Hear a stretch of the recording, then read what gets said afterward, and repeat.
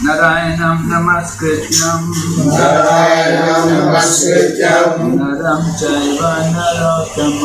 Naram chaiva narottamam Devim saraswatim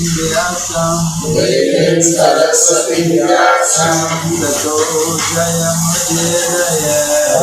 jayamudiraye Nasya prayesu bhadreshu Nityam bhagavata sevaya Bhagavati uttama shloke Bhakti bhavati nishtiti So we're reading Srimad Bhagavatam, Canto 4, Chapter 23, entitled Pitu Maharaj Goes Back to God's Feet, text number 30. Itam Bhutanu Bhavoso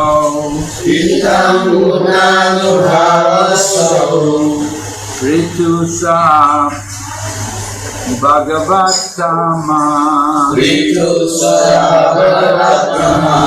Kirtitam Tasya Charitam Udama Charitashyate Itam Bhutanu Bhavoso Ritu Sa Bhagavatama Kirtitam Tasya Charitam Udama Charitasyate Itam Bhutanu Bhavoso Ritu Sa Bhagavatama Kirtitam Tasya Charitam Udama Charitasyate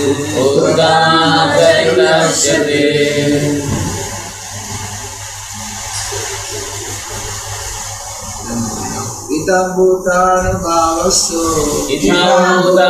Bhavoso Ritu Sa Bhagavatama Tasya Charitam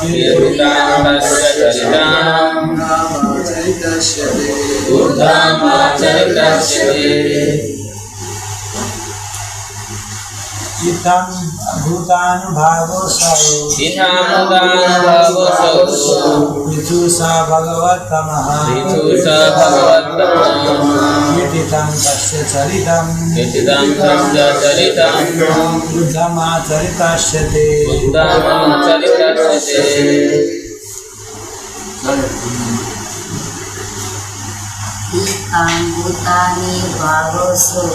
Itam Bhutanu Bhavoso Ritu Sa Bhagavatama Kirtitam Tasya Charitam कीर्तितं तस्य चरितं विद्यमाचरितस्यते पुराणचरितस्यते इत्थं भूतानुभावसौ विदुषा भगवतमः इदं दशचरितं पुराणचरितस्यते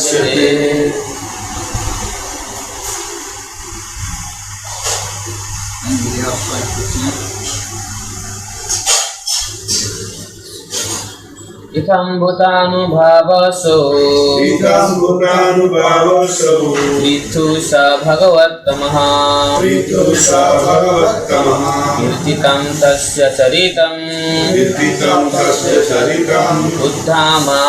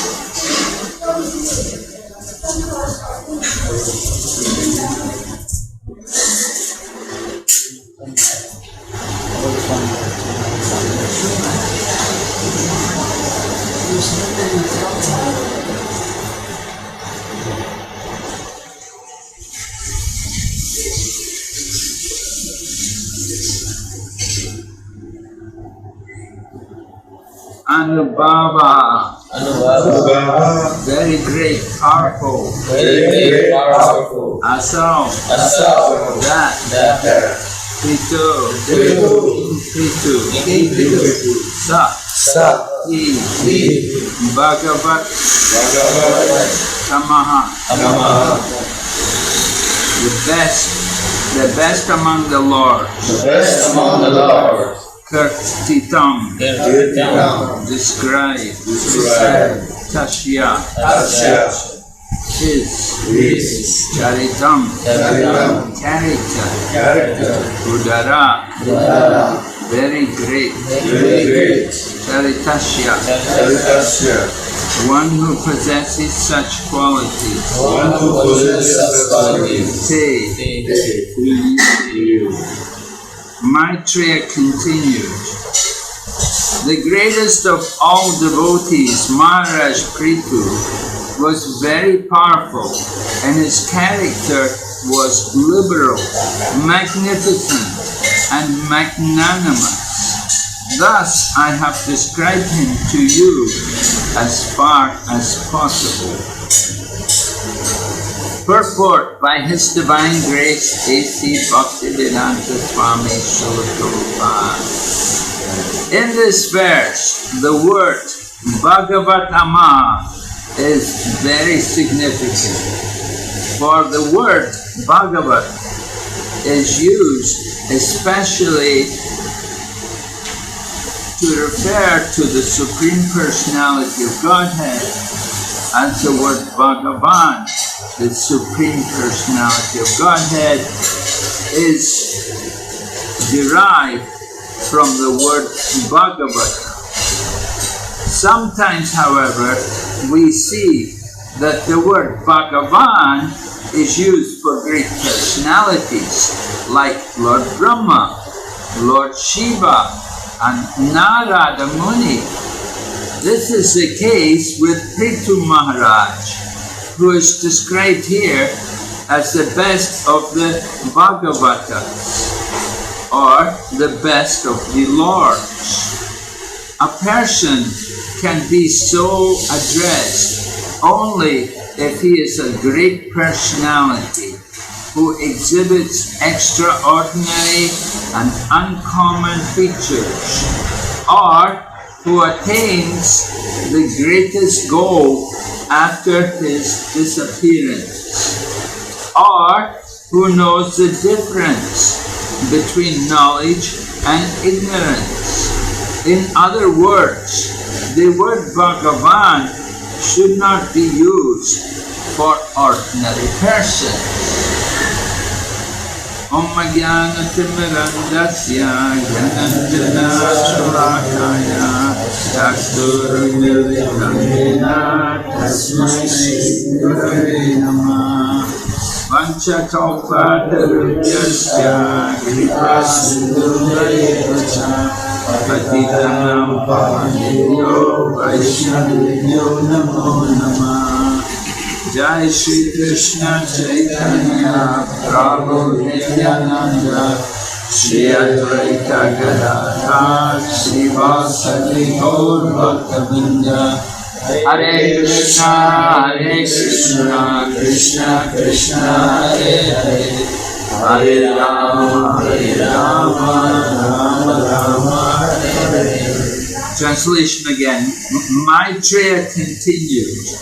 The greatest of all devotees, Maharaj Prithu, was very powerful, and his character was liberal, magnificent, and magnanimous.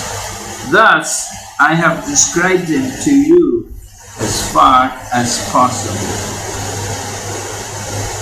So Maitreya is describing to Vidura about Maharaj Prithu.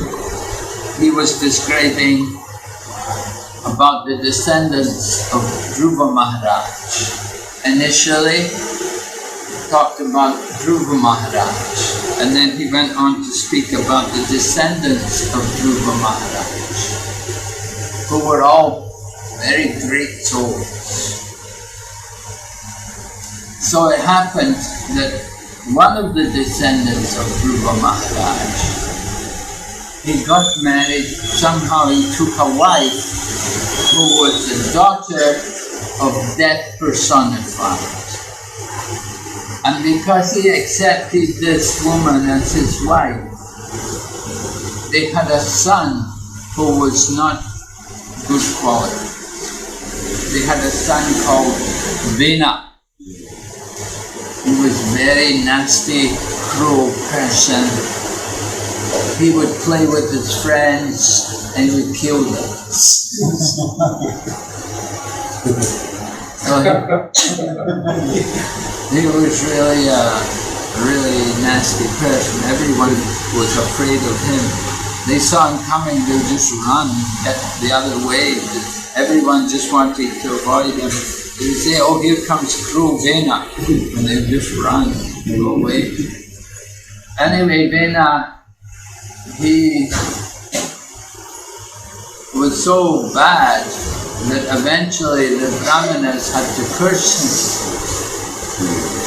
And just by the curse, just by the words of the Brahmanas, Vena died. But the mother, mothers being what they are, they're very attached to their children. And so the mother felt very sorry for her son. She preserved the body of her dead son. So when Vena was dead, it happened that there was no king, because Vena was the king. But they killed the king, there was no king, so it meant all the thieves and the dacoits and the mafia and the gangsters and all that, they all became very active because there was nobody there to check them. There was nobody there to stop their nefarious activities. So the Brahmanas thought we have to try to do something about this. The Brahmanas felt compassion on the people because they saw the innocent people suffering, how their homes were being terrorized and the young women were being taken advantage of. Nobody was safe. So the Brahmanas understood that the body of Vena was there. So from the body of Vena, from the legs, they churned out a personality who came out from the legs of Vena. That person was Bahuk. Huh? He was a dwarf size with short arms, very dark skin, and very like pygmies, something like that. So he was the embodiment of all the evil qualities. So this person, his nature was to steal and to kill, give trouble to other people. So this person who came out from the legs of Vena, he was put in the jungle, to live in the jungle, in the forest and like that. But then they continued, the Brahmanas then churned from the arms of Prithu, from the arms of the dead king, because they thought that although Vena's dead, that actually he has some of the qualities because he's born in the line of Dhruva Maharaj. He's one of the descendants in the line of Dhruva Maharaj. So he has some of the qualities of Dhruva Maharaj. So they want to take advantage of that, of these qualities. Although Vena was a bad person, because the mother was coming from an inauspicious background,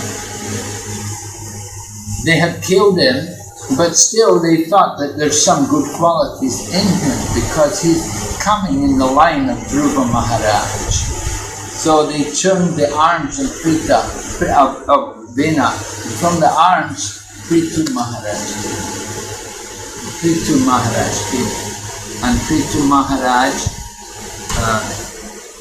it was necessary to restore the law and order on the planet, and also the situation on the planet had become so bad that there was no food anymore. Mother Earth had stopped yielding all the different grains. So Prithu Maharaj had to go about chastising Mother Earth and getting her to yield crops so that people could get food, proper food. So Prithu Maharaj had to do this kind of thing. He was a very great, powerful personality because he's coming from the line of Dhruva Maharaj and he was produced by the mantras of the Brahmanas. So Prithu Maharaj is Shaktavesha Avatar. He's empowered with the energy. And he did wonderful things. Particularly, he is the example of somebody who achieved perfection by worship of the Lord. The 9 processes of devotional service, we have that Maharaj Parikshit achieved perfection by hearing, Sukadev by chanting, Prahlad by remembering, and Akrura by offering prayers. And it was Prithu Maharaj who achieved perfection by worshipping the Lord, by his worship.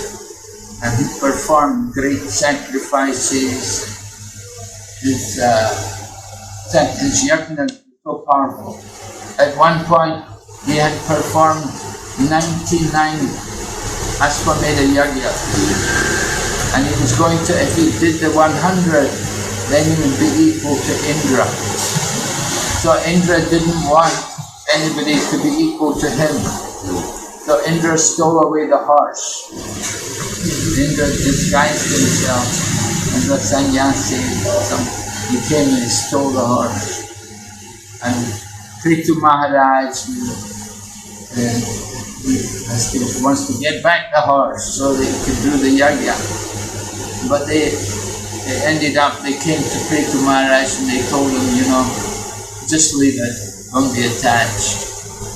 Indra's attached. You shouldn't be attached like him. Find that somebody's attached, somebody's not very nice, envious, nasty, we should tolerate. So the Lord gave instructions like that to Prithu Maharaj. That just tolerate, don't worry, you've done 99 yagyas, leave it at that. Be satisfied that you've done 99 yagyas. You don't have to do 100. So it happened like that. Prithu Maharaj then accepted the desire of the Lord. And he got the earth to start yielding crops. At first he thought maybe there's no crops because the people are lazy. He thought maybe the people are just lazy and not working. But then he saw that the people were actually working, they were actually trying hard. They just were not getting any crops, nothing would grow. They would plow the fields, they would plant, nothing would grow. So Prithu Maharaj understood this is because of Bhumi, Mother Earth. She's not yielding any crops.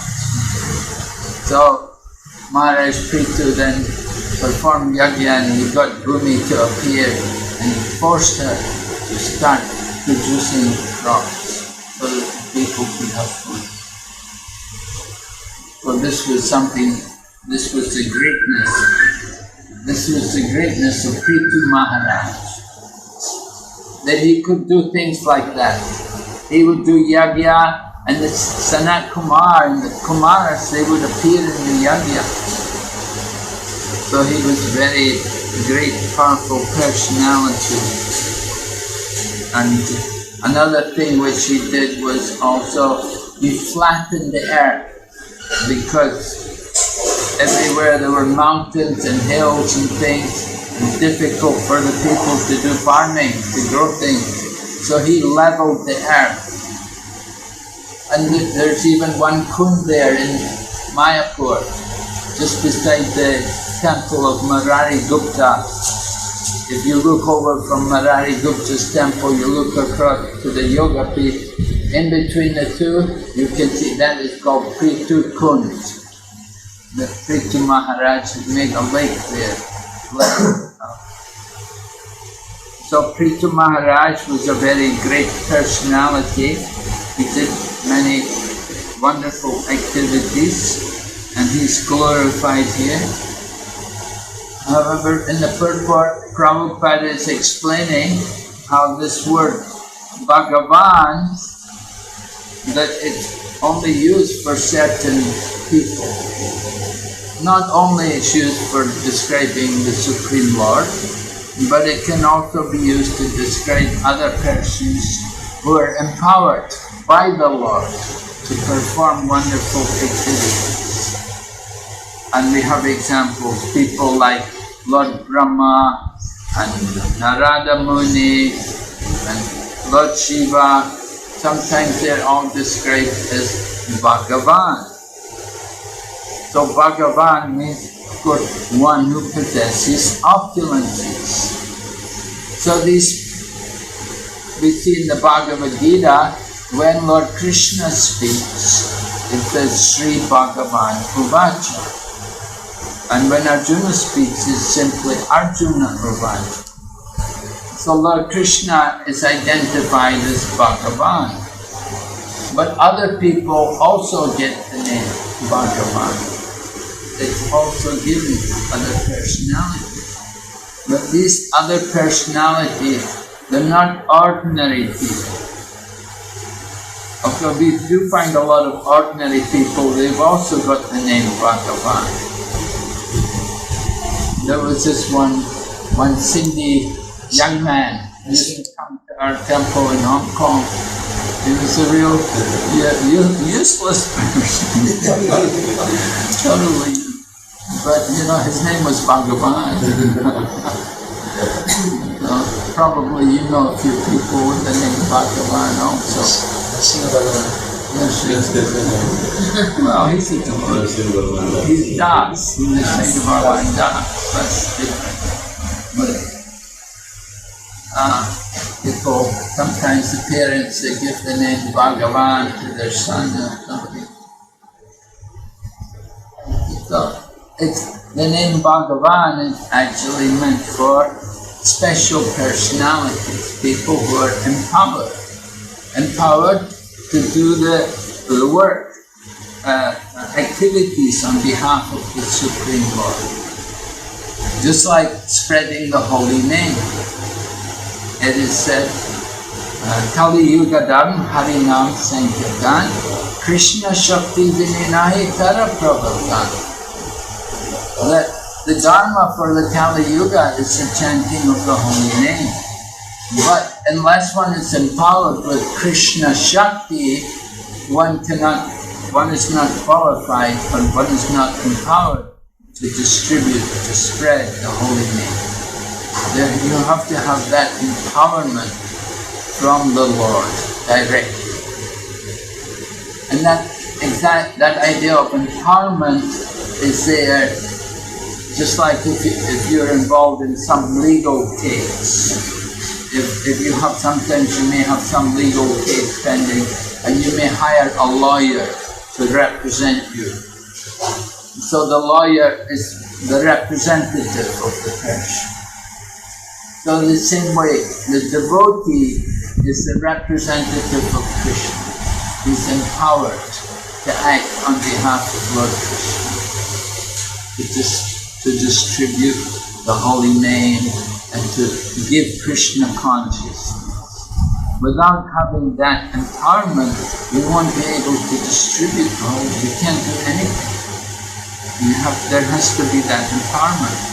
Just like the electricity, there has to be the connection to the power station. There has to be the generation of electricity in the power station, and there has to be the proper connection all the way to the power source, so that the electricity is supplied. So the same way, there has to be connection to the Supreme Lord.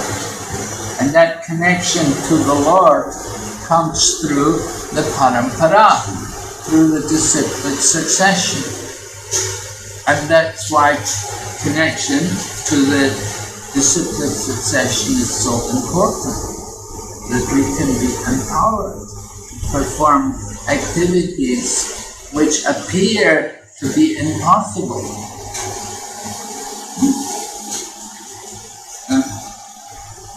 People all thought that what Prabhupada was doing was impossible.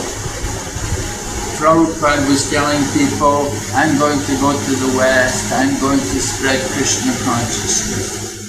And people just thought, oh yeah, sure. Prabhupada was already 60s, not a young man. He just living in Vrindavan, no money, not very well known, wasn't a big sannyasi or anything. But he was telling people, I'm going to go to the West, I'm going to go. And people, nobody thought very much of it. It was just saying, he's got some dream, but not so easy thing. But Prabhupada was connected, he was very firmly connected to his spiritual master. He understood how much it was the desire of his spiritual master, and it was the desire of Lord Chaitanya also. because Lord Chaitanya predicted the holy name would be spread to every town and village. So some people thought this is just poetry, this is just make-believe, it's not really true, it will never happen. I remember one time I was in the Philippines. So I met this one group of people. There was this one man, he was a lawyer, actually. He was a lawyer. And he had a group of followers, you know, and he called himself the kingdom for the brown race. Right? They said this earth belongs to the people because our skin is the same color as the earth. So the earth, this planet belongs to us.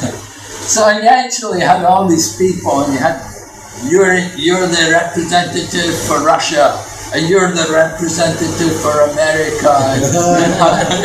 And if each of the followers, he had them, you know, you're the representative this country, that country, you know. None of them ever went anywhere. They all sat in this little town in Davao, in the south, in the Philippines there, and they thought, yes, I'm the for the army in Africa and for the army in America. And nobody ever left Davao, you know. No one ever left the town.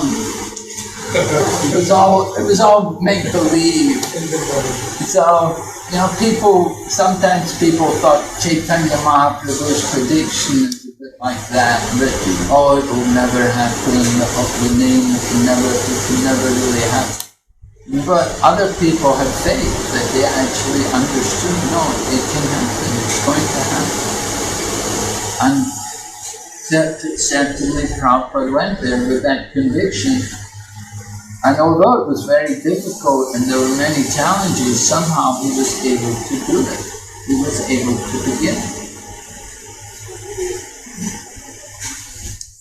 Of course, after Prabhupada, people came along, and, you know, we got people coming along and saying, oh, there's so many people give Vaidhi Bhakti. I've come to give the highest thing. I'm giving Baba Bhakti. I'm giving this, you know.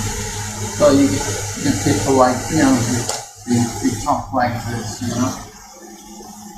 But they don't appreciate how much one had to undergo in order just to establish Vaidhi Bhakti in people, to bring people to devotional service.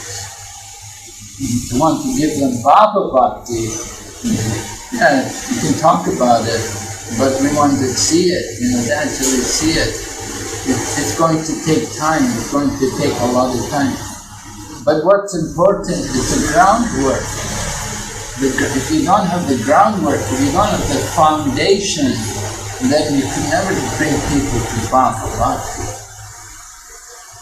To give people Baba Bhakti, and you know, this one man saying, I'm giving something more than Vaidhi Bhakti, I'm giving Baba Bhakti. And this is what all the great acharyas gave, yeah. but you know, who actually, you know, none of the previous acharyas who run around the world to distribute Krishna consciousness, they had all just been in India, and they just sat in Vrindavan and in the holy places. And they did Baba Bhakti, they certainly they were doing Baba Bhakti or Rajanuga Bhakti, but you know, they didn't actually distribute it to the world. That work was left for people who were empowered to do that. But Prabhupada had that kind of empowerment that he could go. And by his empowerment, he could empower other people. He could send people to Australia, and devotees went to Australia with no books and with no money, and still they were able to establish Krishna consciousness. They were able to get devotees. And then people went to England and they did also wonderful things, wonderful preaching there. And they were able to contact famous people and do things like make the Govinda record and the Hare Krishna mantra recording and make it famous all over Europe and in the Western world. So that was all coming from Prabhupada's empowerment. And Prabhupada's empowerment is coming from his spiritual teacher. And it's all coming ultimately from Lord Krishna, that Krishna Shakti. So similarly, Prithu Maharaj, great devotee, he is empowered and he performed wonderful activities. So he is described as Bhagavata. We have the Bhagavata, Srimad Bhagavata, which is the pastimes and the glories of the Supreme Personality of Godhead.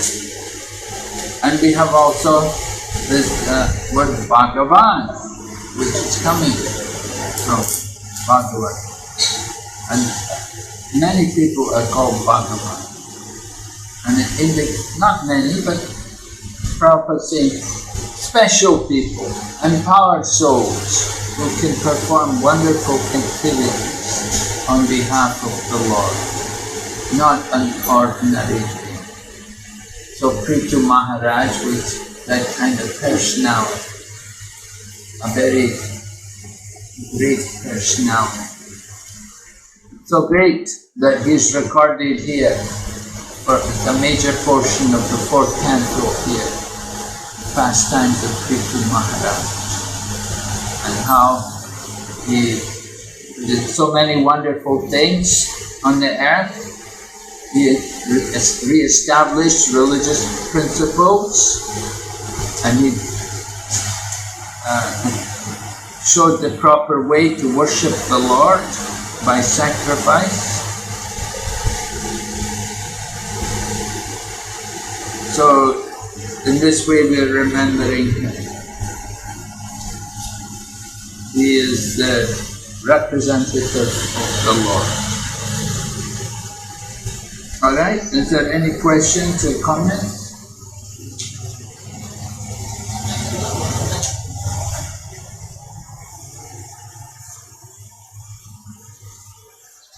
Anyone?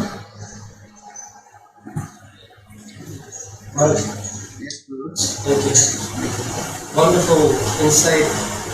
Thank you very much for the class. I just got thought in my mind when I was just coming here. I saw some gathering of Muslim people and just everybody wearing burqa, like so many ladies. I was surprised. Big gathering, and all of them were Chinese kind of. They're all Chinese. Kind of Chinese, yes. Not Thai people. Chinese, I think. Whatever. But I was thinking, how come now this religion like Muslim or even Christianity, whether it's Europe or Thai or even India, spreading like anything. And people saying sometimes, they have the internet people, like they fighting with Hindu religion. You people, all energy now coming from Allah, and you people useless. There is no energy. Allah Shakti will nahi parvartan. Because you can see, so much happening, and you guys nothing happening. You people Hindu destroying yourself, and doing like that. And nowadays we don't even use it. Hindu, Russia and Nepal and communists. So how to say people when they will put the same argument? Jesus Christ Shakti will nahi parvartan. You see?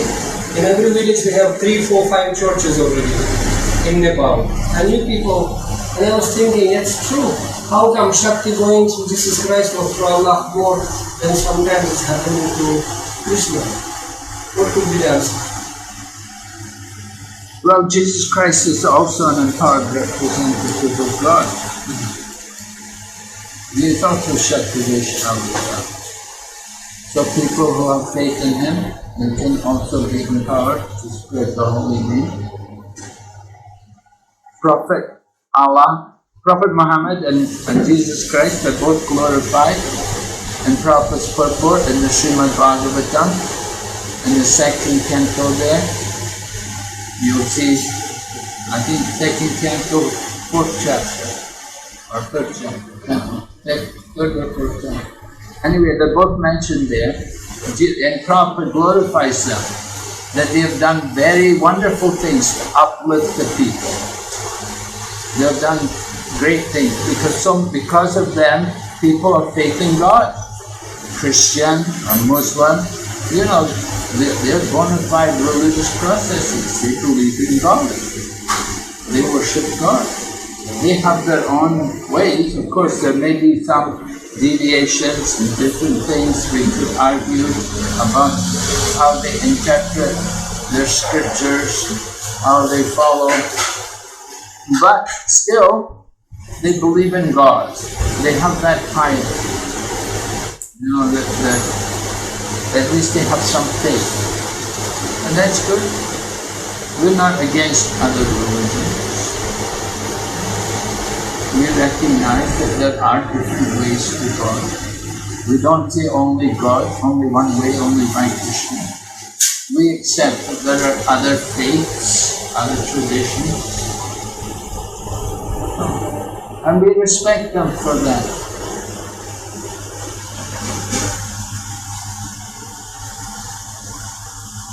Does it mean that the faith is a main factor which determines the energy flow and change of the environment? Well, certainly faith, everybody has to have some faith, yes. You have to have a belief, you have to have some faith. You're going to believe in something, that is faith. Their religion, they can change their name, they can change the name of their religion. Somebody could be somebody may be a Hindu and you may marry a Christian, so you have to become a Christian. Or if you marry a Muslim girl, you have to become a Muslim. We had one devotee, there was one devotee in Malaysia, and he married a Muslim girl and became a Muslim. For some time.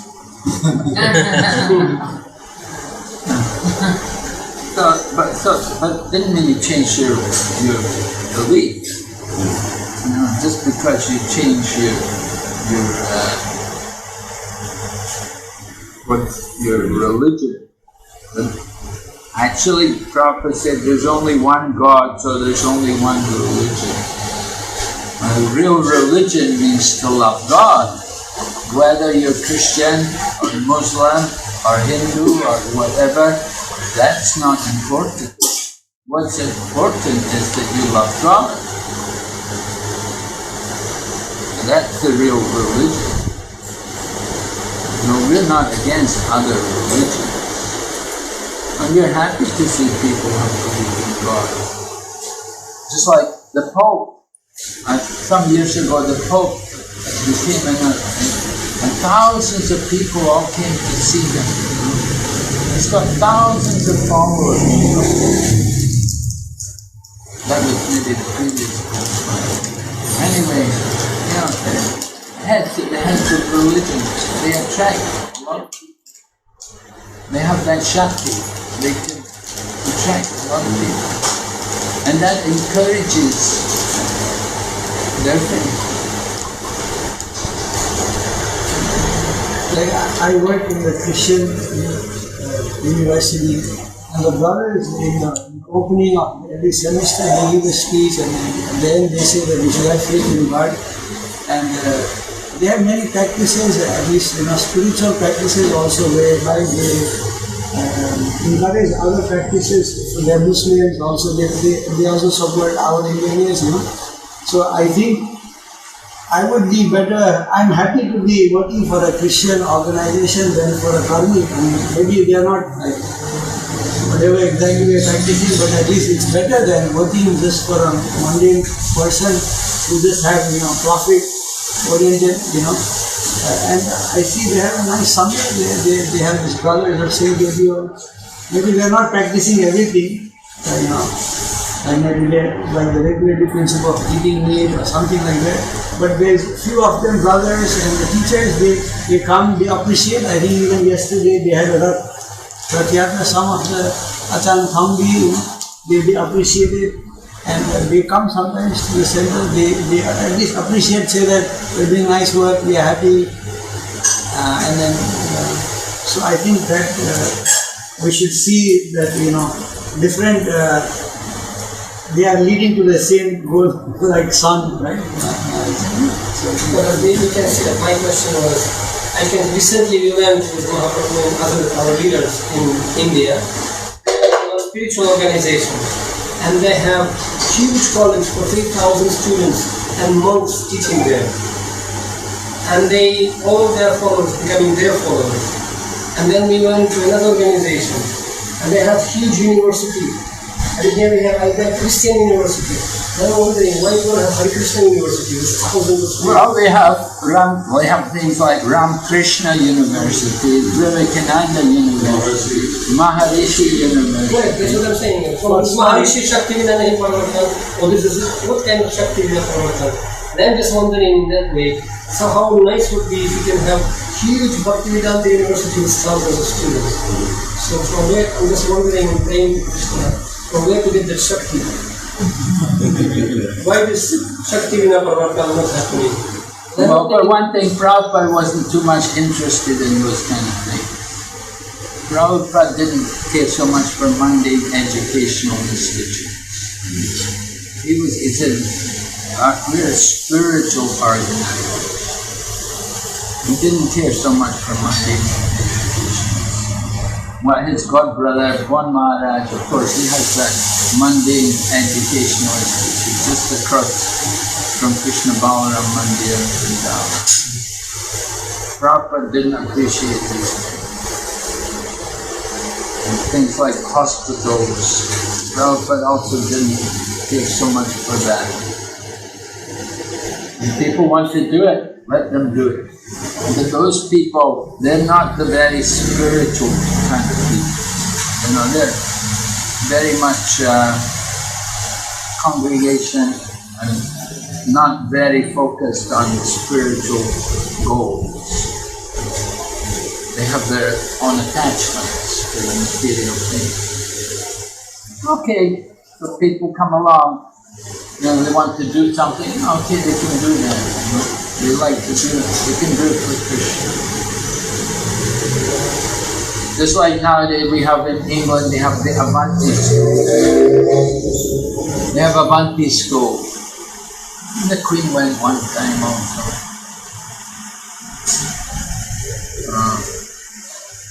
But, it becomes a mundane institute. It fits into the mundane education. What Prabhupada was saying about Varnashram Dharma, I'm just trying really to think what Prabhupada said that 50% of my work still yet to be done. Isn't it? When somebody said that, Prabhupada said, hey, that's not very nice. He said, you're saying like that, Prabhupada didn't like that so much. When Brahmananda said that, Prabhupada told him, I said, well, that's not very nice. He said, I've only done 50% of my work. Prabhupada didn't really care. Because Brahmananda said that, but it wasn't, Prabhupada didn't like it. He said, come on, I've done more than 50%. Sister, in Rabi Maharaj, I met one professor from Mahachula University. And he was asking, do you know that from Nepal hundreds of children are coming here to study? And I said, I know some of them are in APAC, some in Webster University, some in Chulalongkorn, but I don't know, hundreds are coming. And he said, no, they specially come for spiritual education. And I said, oh really, what spiritual education? And then he started explaining, it was really amazing news, Maharaj. He said that around 400 boys are from Nepal here in Thailand, and they bring them at the age of like the small boys. And they bring them here, and they are from Hindu background or whatever, and they bring them here and they give them Buddhist education. they wearing dress like monk, like nen, they call it small nen, and they now the eldest one is 22 years old, and he's pakka monk now, Buddhist monk, and now they know Thai, they know everything, and they're preaching now Buddhism. And every year they bring in more Nepalese boys from Nepal, and they're giving them Buddhist training. And by the time they grow elderly, old, they already pakka Buddhist monk, but they're born Hindus. I was like, oh really? I didn't know about this organization. And he said, I'll share you. Very nice, very nice. You guys doing so good. He said. I was like, okay. Yeah, they're taking advantage of poor families. Yes. They said that they're all from poor families. That should be stopped. That's not proper. That's not legal to do things like that. Christians, they do the same thing. Christians, they do the same thing. They're actually taking their training, sending it to us. Alhamdulillah. You give some money to the poor family and you get that something. They said that we educate your children in the civilized country. So they'll take and they give proper education also, all math, science, English, very nice. But at the same time, they make them home when they graduate. He was saying only 2 people they have left monastery. Only 2 boys left monastery till now, out of 400. He said that if you come to here, Bangkok, I can take you to this community, he said. I said, okay, we'll come and see him. Alright, we went to Swami Narayana temple also recently. They have a huge college. And you're right, maybe 90% of them, they really kind of only focus on mundane, but they becoming higher topper in society, toppers, like ministers and IITs. And the 10% of them, they becoming sannyasis. But they becoming such a top sannyasis. You will see, 7 years of training, after the next stage, they know Sanskrit, they're very, very high level, and they're appreciating Prabhupada. They even give us chance to give Bhagavatam class for 400 months of their months. They're very kind. But what they do, they put in this network of the mundane education so-called, but they're highly disciplined. Nobody of all those students have mobile telephone. Nobody, they kind of semi-military training monk education. But then 10% of them, maybe 100 people becoming monks, sannyasis. And they are actually so amazingly top sannyasis that I was surprised the system of education. Maybe Srila Prabhupada definitely he was against mundane education and also university. But when we do follow up, there are so many Christians, so many followers of Jesus Christ becoming priests. And then they come into Nepal and making many, many churches now in Nepal. Because they took them from poor background, trained them, and sent them back to Nepal. Now they are top preachers, and they are not changing their names. They are Brahmanas. They are keeping the same Keshav, Acharya, Christian priest. For low people, they are changing the names. Mary, Peter, but for Brahmanas, they are not changing. So the top priest is a Brahmana, Keshav Acharya, and he preaching Jesus Christ Bible. And it's such a strategy. So I was just thinking, maybe this is something you have to change in the script and to use Anukulesa Krishna or something so you can attract more people and you can choose from that network. That's what my thought. That's very true that Prabhupada was against all these things. But our thoughts, how to penetrate society to attract this without thinking people close to Krishna.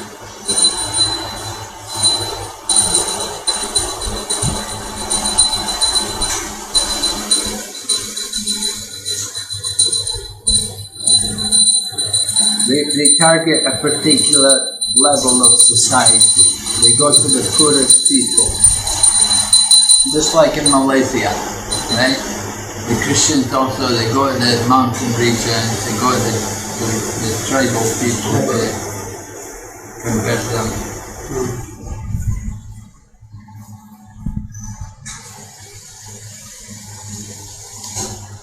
So that kind of conversion, I don't think, it's not like they came in of their own choice, but it was more from the circumstances which they were in. They found themselves in certain circumstances.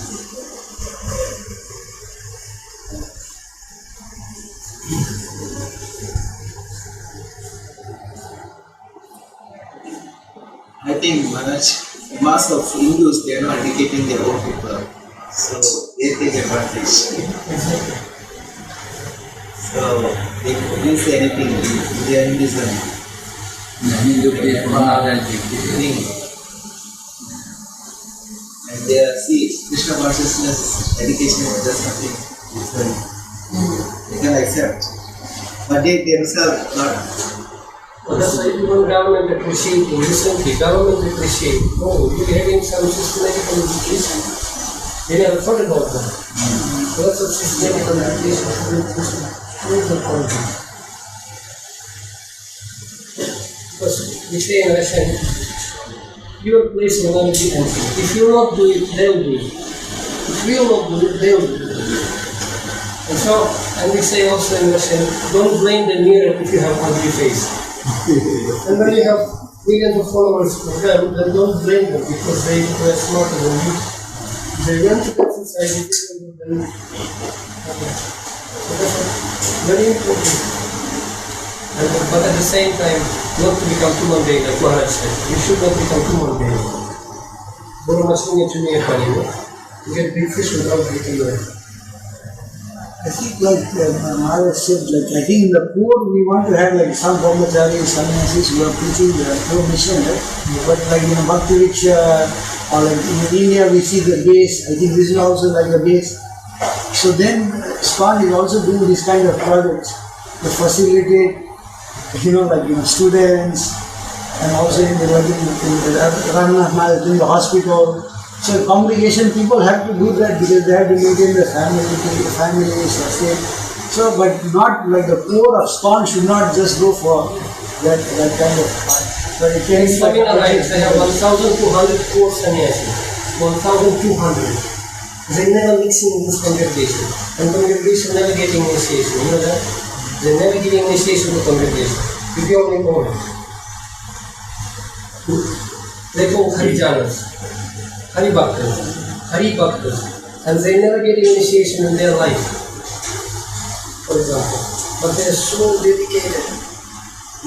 And then every day they have in them 500 volunteers. Business people, usually people, volunteers. No paying money, nothing. And they are not giving any initiation.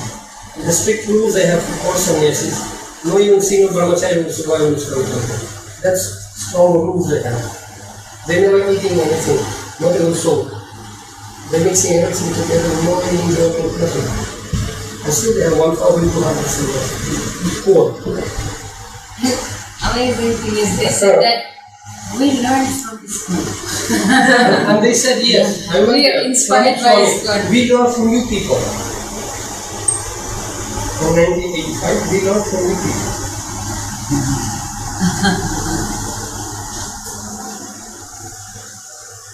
Their followers, they're coming from their community, from the Gujarati Kutch, that region there, where that Swaminarayan place is. Most of them they all come from there. Yeah. There's a big temple in Nepal. 1,200 temples in America. Oh yeah, they've got it down. They've got their factory producing units to create those temples. You want a temple, they'll ship it to you, the containers, and you can just build it yourself. They've got it all in units, they just put it together. Just like, you get the exercise, you get the single sign, you get them made in India and put them together. We've got whole temples like that. Whole temples, Maharaj. Whole temples like that. Wow. Is it not something we have to learn from them? No, I mean, why not? And you're struggling for 90% of time collecting like membership. And we just simply shift temple, okay, you want temple, shift it. And you spend your time for preaching better.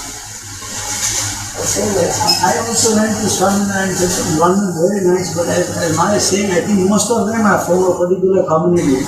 Like let's say we are here, right now here, let's say, we are not all like relatives or from the same community, Some are Thai, Chinese, and so it's like I think more coming out of natural attraction and then for mission for Prabhupada, something they, but I think they are targeting their own community, so it's much easier. Like let's say in Bangkok, or if you want to target only a particular community, it's much easier. But if you want to go that barrier, try to attract people based on their faith or their attraction for the Lord, It's more tough. then it's more difficult. Right? Sometimes you can see if you want to have Chinese people, Thai people, and international crowd, putting them together is more difficult than just getting 10 times the number, like with the same community. Like if you want to get only Tamil people in Malaysia, it's much easier. Or Nepalese people here, we can have 1,000 people. But if you want to have Nepalese, Chinese, and Thai, break that barrier, then it's much more difficult. I think that's what Prabhupada did. No? I think Prabhupada had thousands of disciples from different backgrounds. And that's Actually, there is a very good quality of Prabhupada. I asked many followers of Swami Narayana. I am so much attracted to the quality of Prabhupada. Very much. Not to philosophy. Nobody knows philosophy. They are very much attracted to this name, the Pramukh Swami. The Pramukh Swami, he was living in the transparent room with glasses, Then you can come and see what he is doing. He was so exemplary, so people are attracted to him. Because of what? Because of philosophy. It's true that one people of any family can be attracted much easier, but people are attracted to Prabhupada's quality. I was attracted to Prabhupada's quality, not to philosophy.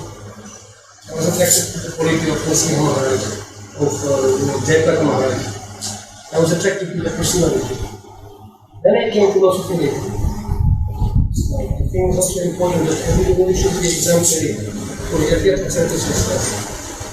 heard there was this one Swami Narayan sannyasi. He wanted to go home. He didn't want to be sannyasi anymore. The family told him, no, don't come home.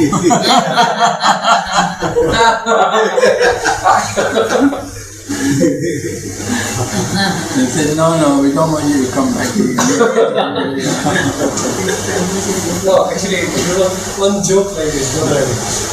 One guy said to one sadhu, I have so many problems in the house, no money, don't worry. Give me 1 month and I will solve the problems. I don't have money for your son, okay, you do one, I will hide you for 1 month in my ashram. Okay, that's all. And then you can see, okay, and I will get everything. Hey, don't worry, wife, children, everything will get. And then after some time he went to the house and said, your husband died. Your husband died, finished. Oh really? After 1 month this husband coming from the ashram, he doesn't know that sadhu told him. He coming, some music party going on. Some music party. What's going on in my home? He coming and everybody shocked. Hey, father coming. You died. And then wife took him aside and said, why did you come? Because you died, and all villagers felt so much compassion to us. So they gave us them in charge of our village. He sent my son to America to study. Because no husband, okay, we have to help this family. they took our daughter and give in marriage to somebody very nice man. Now marriage going on because people helping us. Because they thinking you died. And now you're coming back, get lost. And that man went to Syria.